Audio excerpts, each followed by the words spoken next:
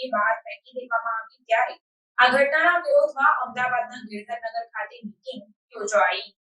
યાત્રાધામ પાવાગઢના જૈન દેરાસરોમાં ભગવાનની પ્રતિમાઓ તોડીને બહાર ફેંકી દેવામાં આવી હોય તેવી ઘટના હાલ અત્યારે બનવા પામી છે।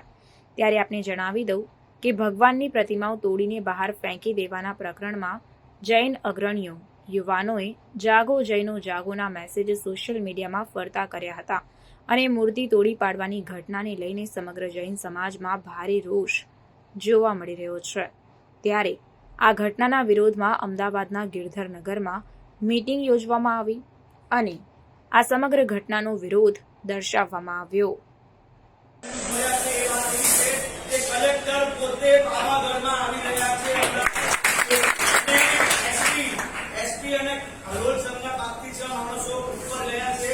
હલોલ સંઘ જનરલી 9 વાગે સવારે એફઆઈઆર લખાવવા માટે પોલીસ સ્ટેશન ગયા હતા, પરંતુ એસપી આવે છે એમ કરીને લગભગ 10 સવા 10 થયા। 10 સવા 10 વાગે એવી વાત મળી કે આપણે ઉપર સર્વે કરવા એ લોકો જઈ રહ્યા છે।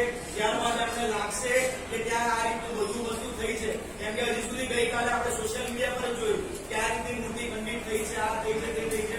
એ લોકો એકચ્યુઅલી ત્યાં રૂબરૂ જોવા જ ગયા છે અને લગભગ વધારે નહીં તો 5 કે 10 મિનિટની અંદર એની અપડેટ પર આવી જશે કે ત્યાં જોયા પછી આનું કહેવું શું છે।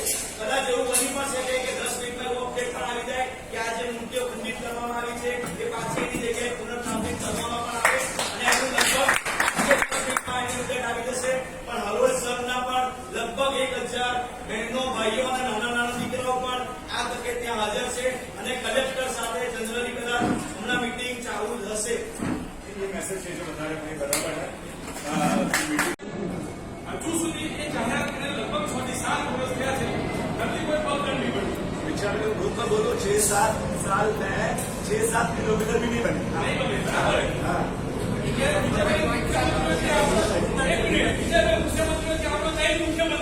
બરાબર, હર્ષભાઈ કે આપણા જૈન ગૃહમંત્રી દર વખતે જ્યારે બી ઘટનાઓ બને આપણે ભેગા થઈએ, કલેક્ટર કચેરી આવેદન પત્ર આપીએ, એના પછી શું થાય છે? આવા પ્રશ્નો આપણે એમને 10 વાગે મૂર્તિ સ્થાપિત થઈ જશે। આ આપણી જીત છે, કે આપણી હાર છે? આ પહેલા આ હાર છે, હાર આપણે ભગવાન રાખીએ, સાચું બોલે ભગવાન બરાબર બોલે તેના માટે અને એ ઘટના બને એ ઘટના એવો પ્રત્યેક આપણને કોઈ હિંમત ના કરે। આ 3 જગ્યાએ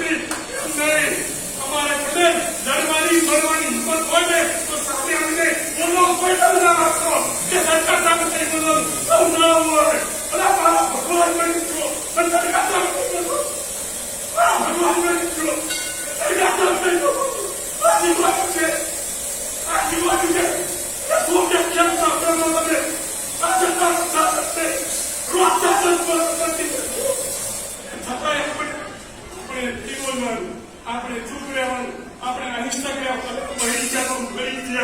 મળશું ને કોઈ શાસન જન્મ મળશે।